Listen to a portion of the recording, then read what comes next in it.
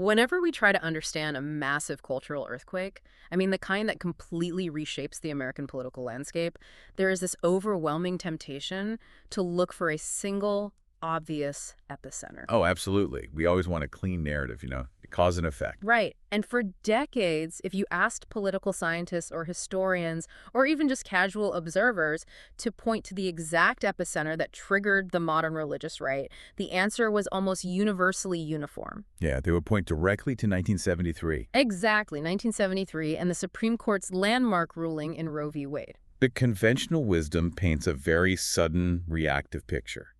The narrative basically goes, at the moment the court legalized abortion nationwide, this dormant conservative religious population awakened overnight. Like flipping a switch. Right, like they instantly mobilized into a unified political coalition and marched into the public square exclusively to reverse that specific decision. It provides a neat, easily digestible timeline. It does. But, the moment you actually look at the seismograph data, when you dig into the archival research, the gritty mechanics of voter mobilization, and honestly, the dense thicket of tax law that clean timeline fractures completely. It really does. The political tremors didn't actually start in 1973. No, they didn't. To find the true headwaters of this colossal political movement, we have to pull our focus away from the abortion debate of the early 70s and instead examine a fierce bureaucratic war over tax exemptions, the Internal Revenue Service, and racially discriminatory private schools. We are diving into what historians consider absolute diagnostic muddy waters today. Oh, for sure. The origin story of the religious right is currently one of the most hotly contested debates in modern American political history. You have these fundamentally competing frameworks trying to explain why millions of people suddenly decided to organize. And that is exactly our mission for this deep dive. We are going to deconstruct a historical argument that completely upends the traditional timeline. Yeah. It's widely known in academic circles as the Balmer thesis. We're going to examine the physical archival evidence, trace a series of highly consequential legal battles, which eventually culminate in a monumental showdown over Bob Jones University, and analyze the dueling narratives regarding why this massive political coalition actually formed when it did, which was the late 1970s. Yeah, and to build this analysis for you, we are drawing from a really comprehensive historical dossier. What kind of sources are we looking at? Well, our primary sources today include the meticulous court records from landmark legal cases. So we're talking about Green v. Connally, Coit v. Green, and the ultimate 1983 Supreme Court decision, Bob Jones University v. United States. Got it. Heavy legal documents. Very heavy. But beyond the courtroom, we're analyzing internal IRS technical materials and proposed revenue procedures from that era. Which is where the real bureaucratic fight happens. Exactly. And crucially, we're also examining the published work of Dartmouth historian Randall Balmer alongside the vigorous critiques and alternative historical frameworks presented by evangelical scholars and historians. Right, notably Daniel K. Williams and various contributors to the Gospel Coalition. Yeah, we have a lot of competing voices in the source material. Which brings up a really important point.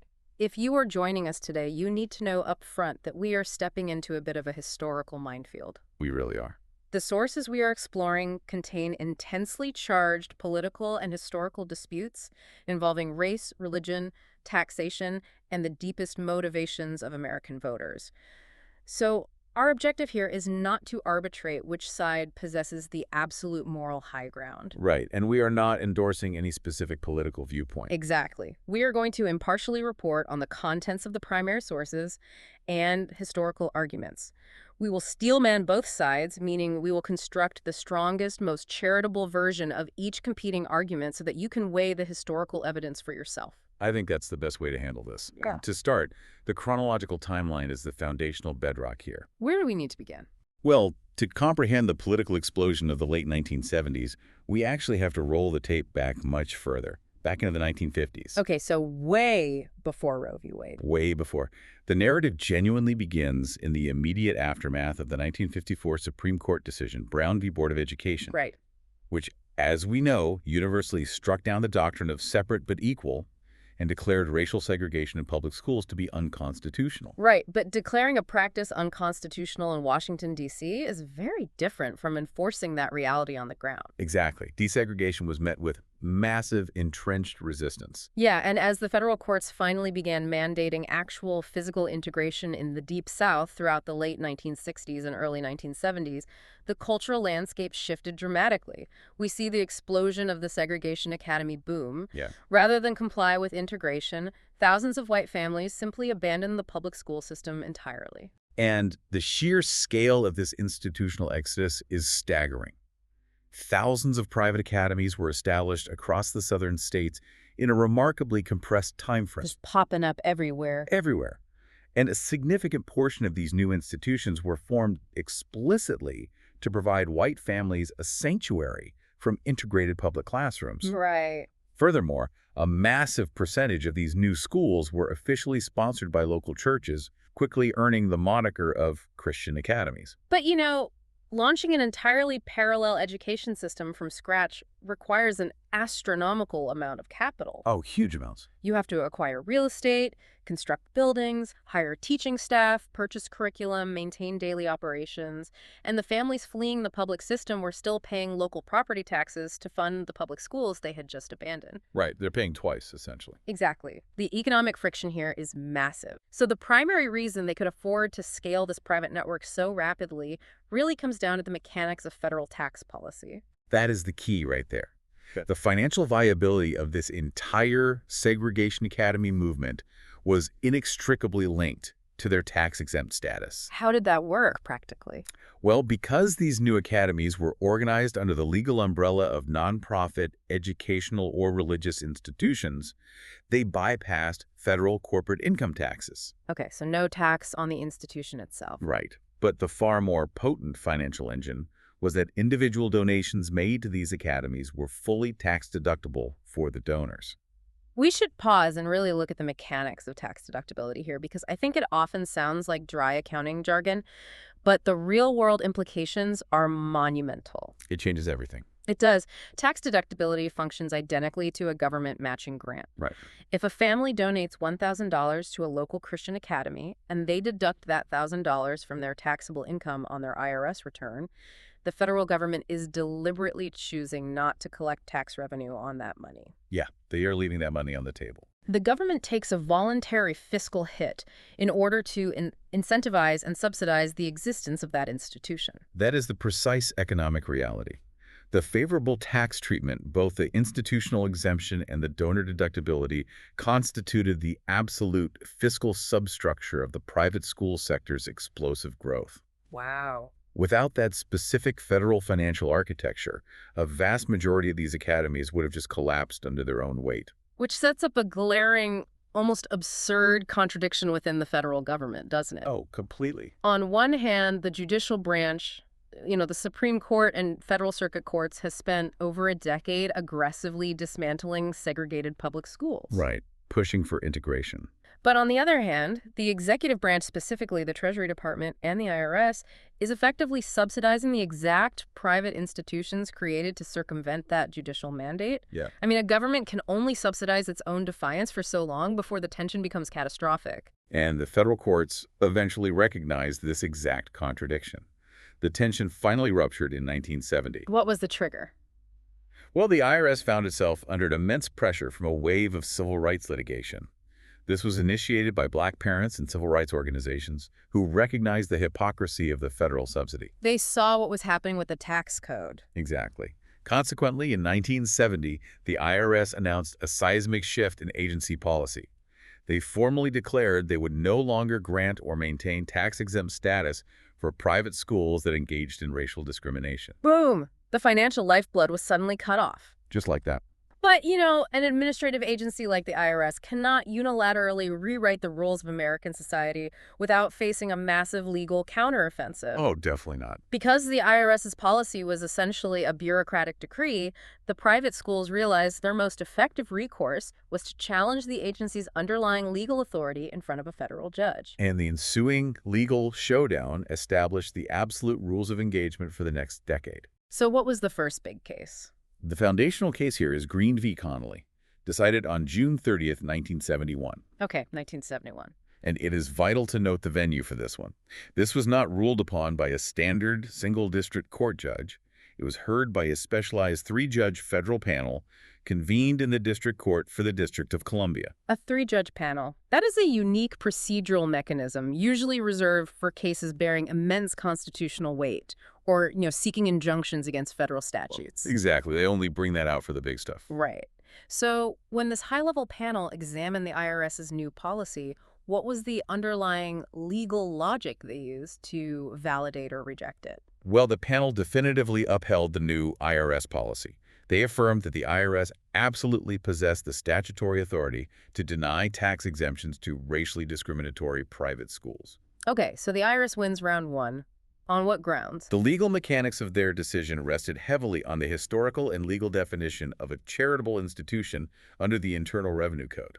Because these academies were claiming their tax exemptions under Section 501c3 of the tax code, right? Right. Which specifically shelters religious, educational, and charitable organizations. Exactly. The three-judge panel argued that the term charitable within the tax code must be interpreted through the lens of established common law. Okay. Under English common law traditions which heavily inform American jurisprudence, an institution cannot be classified as a true charity, and thus cannot receive the benefits associated with that classification if its core operations act in direct opposition to established fundamental public policy. Oh, I see. So the legal bar is set much higher than simply existing as a school. Yes. You cannot just declare, we teach math and reading, therefore we are an educational charity. Right. You can't just slap a label on it. If the fundamental way you operate your school actively subverts a core national policy, the government strips away the charitable label and the tax subsidy vanishes with it. Precisely.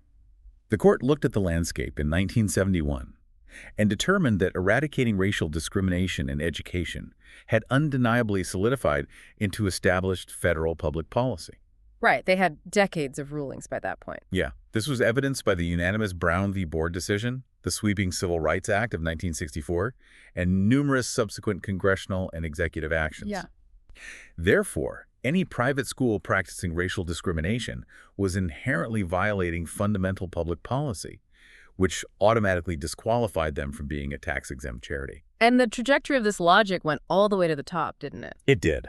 The Green v. Connally decision didn't stop at the district level. It was appealed directly to the Supreme Court, leading to the companion case you really need to know, Coit v. Green. Yeah. In late 1971, the Supreme Court issued a summary affirmance. Which means what, exactly? Well, they didn't hear oral arguments or draft a massive new opinion. They simply affirmed the lower court's ruling, essentially rubber stamping the IRS policy and the common law logic behind it. But if I'm looking at this through the lens of a religious institution, a massive constitutional alarm bell is ringing. Oh, deafening. The collision of legal principles here is profound. Let's explore that collision, because the schools in question weren't just private secular academies. They were overwhelmingly religious institutions. Right, it's the Christian academies. If a Christian academy asserts, our policy of racial separation is not born of mere social prejudice, but is explicitly mandated by our deeply held, sincere religious interpretation of Scripture, we suddenly have a major First Amendment issue. Yes, you do. Does the IRS's interpretation of common law charity possess the constitutional authority to override the free exercise clause of the First Amendment? And that specific tension, the clash between the statutory definitions of the tax code and the constitutional protections of religious liberty that simmered beneath the surface for several years. So they didn't immediately go to war over it? No, because while the IRS officially adopted the non-discrimination policy in 1970, their actual enforcement mechanism was relatively passive early on. They largely relied on schools signing a written declaration of non-discrimination. They operated on an honor system with piecemeal audits. It was a slow, bureaucratic burn. But the slow burn ignited into a firestorm in the late 1970s. We move from the era of quietly running segregation academies to the era of highly visible, heavily organized national political protests. Right, a total shift in tactics. And the catalyst for this eruption was the appointment of Jerome Kurtz as the new commissioner of the IRS under the Carter administration. Yeah. Commissioner Kurtz looked at the passive enforcement mechanisms of the early 1970s and concluded they were entirely insufficient. He wanted to crack down. He did. In August of 1978, he fundamentally changed the landscape by proposing radical new revenue procedures targeted specifically at private schools. And these proposed procedures completely inverted the traditional relationship between the taxpayer and the agency, didn't they? They really did. Under Kurtz's new framework, The IRS would target certain private schools, specifically focusing on those that had been formed or substantially expanded their enrollment precisely during the window when the local public schools were undergoing court-ordered desegregation. The timing was the flag for the IRS. Right. The mechanism Kurtz proposed was a presumption of guilt. If a school fell into that specific timeline criteria, the IRS would automatically presume the institution was racially discriminatory. Wow. The burden of proof was entirely shifted onto the religious schools to prove their innocence to the federal government. And the method required to prove their innocence was remarkably rigid. Kurtz's proposal mandated that these schools meet specific mathematical minority enrollment benchmark. Yeah, hard quotas. The IRS would compare the demographic breakdown of the private school's student body against the demographic makeup of the surrounding community. Right. If the school failed to hit the government's assigned demographic quota, their tax exemption would be summarily revoked. You can imagine, the reaction from the religious community was instantaneous and explosive. Oh, I'm sure. To the administrators and parents involved in these Christian schools, this was perceived as a tyrannical overreach. Right, a direct attack. They saw the federal government threatening the financial existence of their ministries based on an arbitrary demographic formula, treating them as guilty of racism until they could provide statistical proof to the contrary. To really understand the scale of the backlash, we have to look at the numbers. The IRS was absolutely inundated. Right. They received an estimated 120,000 formal protest letters regarding Kurtz's proposed revenue procedures. And we really have to contextualize this. 1978 is decades before email or digital petitions. Exactly. No clicking a link to sign. Generating 120,000 letters means tens of thousands of individuals had to be briefed on obscure IRS revenue codes, physically type or handwrite a letter, purchase postage, and coordinate a mass mailing campaign to Washington, D.C. The logistical coordination required to pull that off indicates a massive leap in political sophistication. Who was organizing this? Figures like Robert Billings. He founded the National Christian Action Coalition, and he recognized the existential threat the IRS policy posed. Okay. Billings and others utilized massive direct mail networks. They used the mailing lists of thousands of Christian schools to sound the alarm directly to parents and pastors nationwide. And the pressure campaign was wildly successful. It was. The grassroots fury was so intense that Congress was forced to intervene directly. Lawmakers introduced legislative riders known as the Dornan and Ashbrook Amendments, named after Representative Bob Dornan of California and Representative John Ashbrook of Ohio. Right, a classic legislative maneuver. A legislative rider is a brilliant procedural tactic. It doesn't try to debate the constitutionality of a rule. Instead, it simply attaches a clause to a mandatory budget bill stating that zero federal funds can be used by the IRS to implement or enforce the specific Kurtz proposals. Congress effectively kneecapped the IRS's enforcement capabilities through the power of the purse. The grassroots mobilization had won a definitive, undeniable political victory. They halted a powerful federal agency in its tracks. They did. But this singular victory leads us to the most fiercely contested question of our entire deep dive today. Yeah, the big why. Was this massive mobilization in 1978 an isolated defensive maneuver designed strictly to protect segregated schools from losing their tax subsidies? Or was this the crucible in which a much broader, permanent political identity was forged? Which brings us to the core of Randall Balmer's explosive historical thesis. Let's get into the Balmer thesis. Okay, so Randall Balmer, a prominent historian of American religion, looked closely at the timeline we just walked through. He analyzed the 1978 IRS uproar, the mobilization of those 120,000 protest letters, and the organizational strategies of key conservative activists. Right. Balmer argues that the fight over IRS regulations in discriminatory schools was the genuine catalyst that galvanized the modern religious right, explicitly displacing the traditional narrative that Roe v. Wade was the founding spark. And Balmer's thesis relies heavily on the strategic maneuvers of new right architects like Paul Weyrich and Richard Viguerie, right? Yes. These were highly sophisticated political operatives who had been searching for years for an issue potent enough to awaken conservative evangelical voters and weld them into a reliable, monolithic voting bloc. According to Balmer's framework, Weyrich and his allies realized that the perceived IRS assault on Christian schools was the perfect emotional trigger. It hit them right in their wallets and their local communities. Exactly. It activated a vast network of highly motivated, easily reachable voters, specifically the parents of children enrolled in these academies. Yeah. However, Balmer's analysis takes a darker turn regarding the movement's long-term ideological framing. Because defending the tax-exempt status of institutions created to bypass racial integration, even if disguised as a defense of religious liberty, is an incredible toxic platform to run on nationally. It is abhorrent public relations. You cannot build a broad moral coalition while simultaneously acting as the rear guard for segregation. And Balmer argues that the architects of the new right understood this vulnerability perfectly. In his view, the movement was undeniably birthed to defend a racially discriminatory status quo. Right. Because that origin was morally indefensible on a national stage, organizers later pivoted to abortion, elevating it as a more palatable, high-minded, and unifying cause. Balmer explicitly frames his historical account around uncovering the movement's deeply problematic, race-based origins. So the Balmer thesis is a paradigm-shifting argument. It claims the origins of the movement are fundamentally rooted in protecting financial subsidies for racial segregation, with abortion acting as a post hoc, sanitized cover story. That's the core of his claim. But our mandate is to impartially steelman both perspectives. We need to examine the alternative framework here.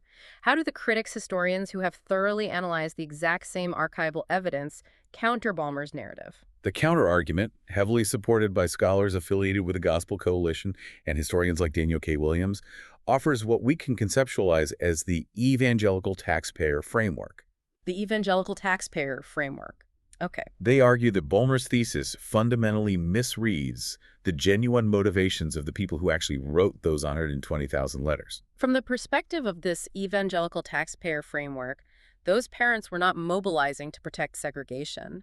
They were mobilizing to repel what they viewed as an unprecedented intrusion of an aggressive secular state into the sanctuary of religious education. The critics emphasize the sweeping, indiscriminate nature of Commissioner Kurtz's proposed benchmarks. The IRS formula was so blunt that it threatened completely integrated religious schools as well. Wait, really? How so? Well, if a fully integrated Christian academy happened to be located in a neighborhood with a low minority population, it might fail to meet the IRS's rigid demographic quotas. Oh, I see. Thus, an integrated school could lose its tax exemption simply for failing to mirror an arbitrary statistical benchmark designed in Washington. That nuance changes the entire complexion of the reasons. The fear wasn't just that segregation academies would lose funding. The fear was that the IRS was coming for the operational independence of all religious institutions. Furthermore, the evangelical taxpayer framework insists we must listen to the voices in the archives. When you read the contemporary letters and organizational literature from 1978, the participants self-report a multitude of intersecting anxieties. Well, it wasn't a single-issue protest for them. Not at all. They express deep anger over the removal of prayer from public schools, the aggressive push for the Equal Rights Amendment, and a general sense of rapid secularization marginalizing their values. And crucially, the critics point out that grassroots anti-abortion organizing was absolutely occurring prior to 1978. Yes. While it may not have reached peak national coordination, Catholic and evangelical pro-life activists were undeniably organizing at the local and state levels in the immediate years following Roe.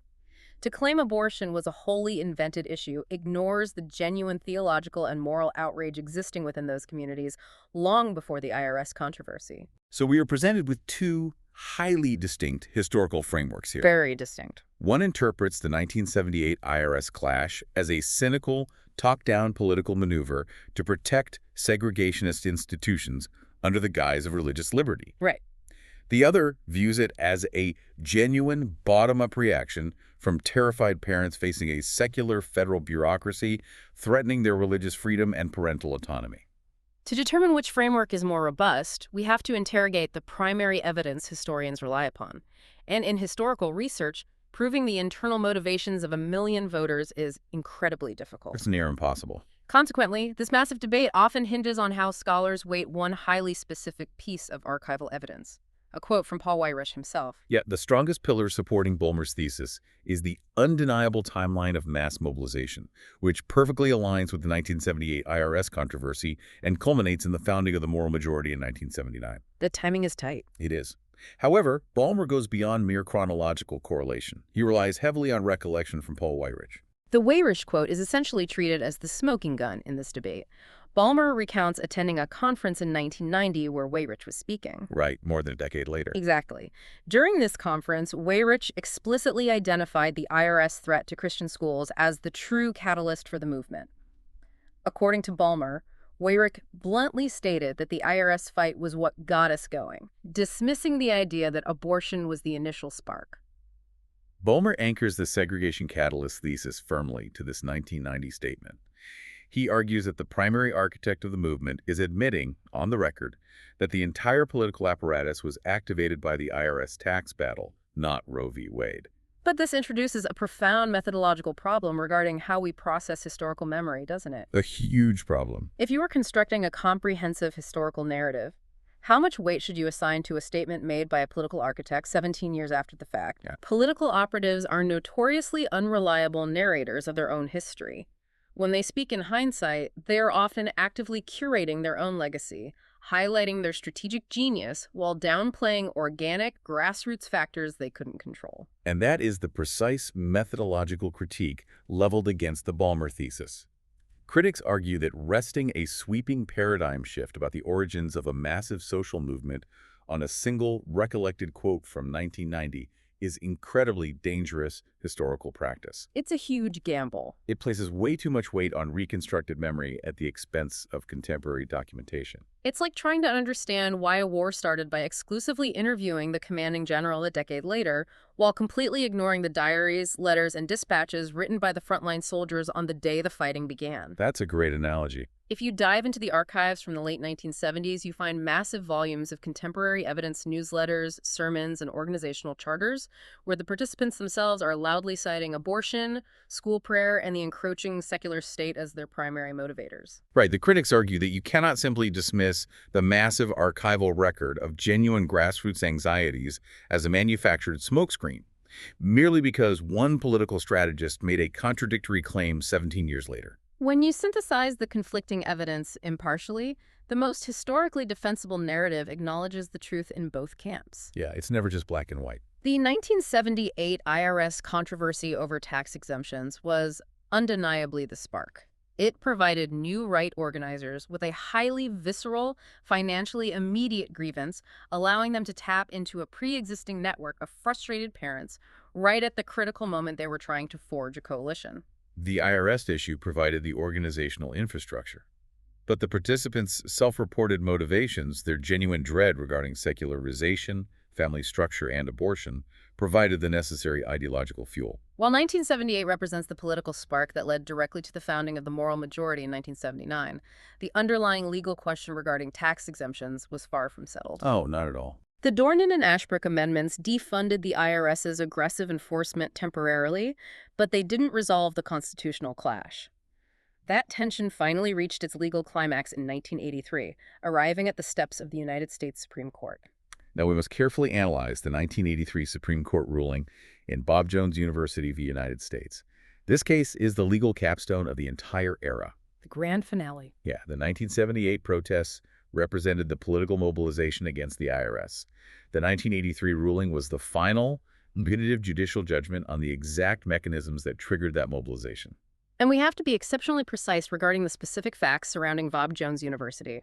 The university is frequently utilized in casual historical discourse as a universal stand-in for the entire segregation academy movement.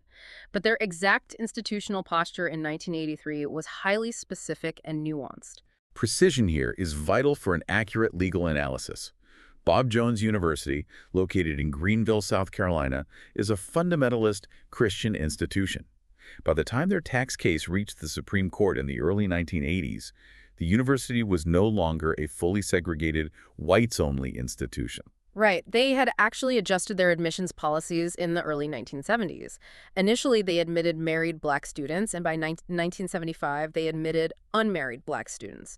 So if they were admitting black students, on what grounds was the IRS continuing to revoke their tax exemption? Well, while they had opened admissions, the university concurrently instituted a rigid, religiously framed ban on interracial dating and marriage. Ah. The university policy strictly prohibited students from engaging in interracial dating and prohibited membership in any organization that advocated for interracial marriage. Violating this policy resulted in immediate expulsion. The IRS reviewed this policy and concluded that a ban on interracial dating constitutes a clear mechanism of racial discrimination, regardless of the open admissions policy. Yep. Consequently, the IRS formally revoked their 501c3 tax exemption. The leadership of Bob Jones University, specifically the president, Bob Jones III, mounted a defense rooted entirely in religious liberty. They did not defend the policy as a social preference. They argued that their specific interpretation of the Bible strictly mandated the separation of the races. The university argued that enforcing the dating ban was a direct, necessary exercise of their sincerely held religious beliefs, and therefore penalizing them financially via the tax code was a violation of the First Amendment. This brings us back to the ultimate collision, sincerity versus subsidy. Yes. And the Supreme Court's approach to this is fascinating. The court completely sidestepped the theological debate. The justices did not attempt to determine if the university's interpretation of Scripture was accurate, nor did they accuse the leadership of fabricating a religious belief to cloak malicious racism. The court accepted, for the sake of the legal argument, that the university's religious beliefs were entirely sincere. That is a critical distinction in First Amendment jurisprudence. The legal question before the Supreme Court was not, are your religious beliefs legitimate? Right. The question was, does the sincerity of your religious belief grant you a constitutional shield against losing a federal tax subsidy when your actions violate established national policy? It perfectly illustrates the boundary of religious liberty in America. You possess the absolute constitutional right to hold whatever theological belief you choose. You are free to practice that belief on your private campus, but the federal government is under no constitutional obligation to provide you with a financial tax subsidy to support that practice, especially if your actions actively subvert a fundamental national objective. Exactly. The Supreme Court was tasked with resolving the monumental friction between the Free Exercise Clause of the First Amendment and the government's compelling interest in enforcing anti-discrimination policies. On May 24, 1983, the Supreme Court delivered a decisive, overwhelming verdict. By an 8-to-1 margin, the court ruled in favor of the IRS, affirming that the agency possessed the authority to revoke the university's tax exemption. Chief Justice Warren Burger authored the majority opinion, and he meticulously constructed the legal logic using a framework known as the compelling governmental interest test. Which is a key component of strict scrutiny analysis in constitutional law. Yeah, the strict scrutiny test is the highest hurdle the government has to clear when it wants to restrict a constitutional right. Let's walk through exactly how Chief Justice Burger applied it. First, the court readily acknowledged that revoking the tax exemption would undeniably place a financial burden on the university's ability to freely exercise its religious beliefs. Sure. However, the court affirmed that the protections of the First Amendment are not absolute when religious beliefs translate into physical actions or institutional policies. The government is permitted to burden religious exercise only if it can demonstrate two things. First, that it possesses a compelling governmental interest, and second, that the action it is taking is the least restrictive means available to achieve that interest. The court unequivocally declared that the federal government possesses a fundamental, overriding, and compelling interest in eradicating racial discrimination in education. That objective is paramount. Having established the compelling interest, the court then determined that denying tax benefits was the least restrictive means of achieving that goal. Because they weren't shutting them down. Exactly. The government was not utilizing its police power to shut down the university, nor were they arresting the administrators. They were simply withdrawing a voluntary financial subsidy. Right. Therefore, the compelling interest in ending discrimination outweighed the financial burden placed on the university's religious exercise. The IRS revocation was legally sound. It was an overwhelming 8-to-1 victory, but the single dissenting vote is incredibly illuminating. It really is. Justice William Rehnquist was the lone dissenter. If you only read the headline, you might mistakenly assume Rehnquist was writing a defense of the university's discriminatory policies. But that completely misreads his legal philosophy in this case. Justice Rehnquist's dissent approached the case from a completely different vector. He did not engage with the compelling interest test or defend the morality of the dating ban.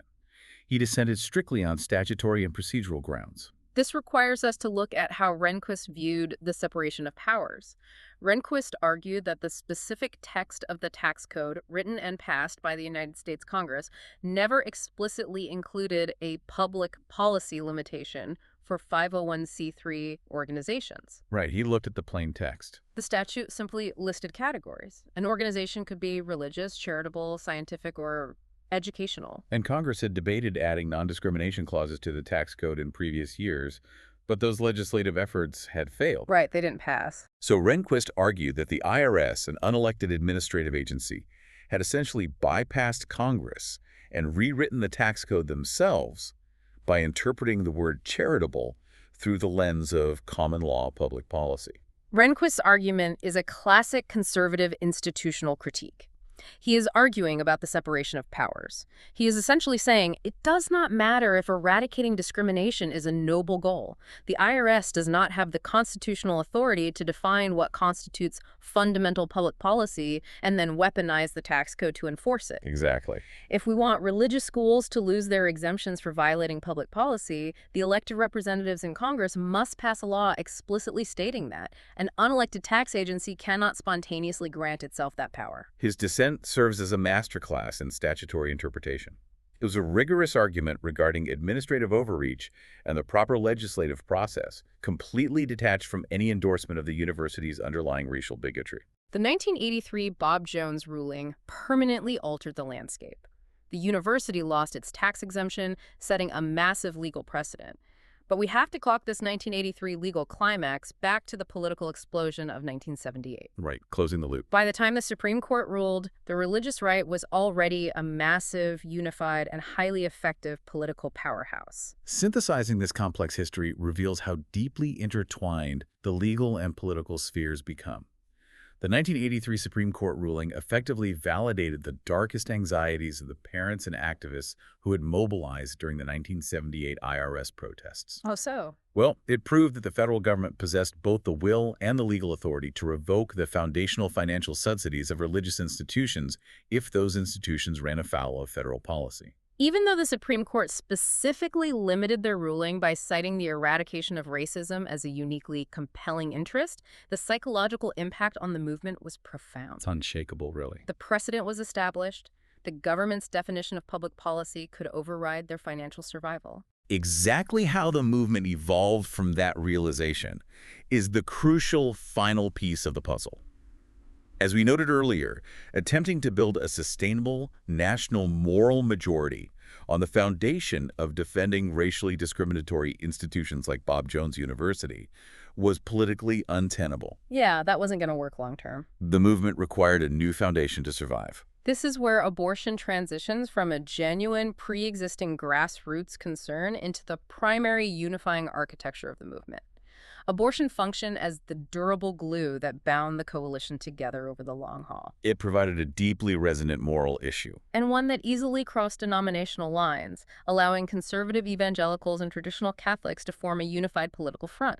Crucially, prioritizing abortion brought millions of new voters into the fold who had absolutely zero connection to or interest in the niche battles over Christian school tax exemptions in the 1970s. The historical evidence suggests a complex evolution rather than a clean binary. The Balmer thesis accurately identifies the 1978 IRS tax controversy as the critical structural spark that provided organizers with the necessary anger and mailing lists.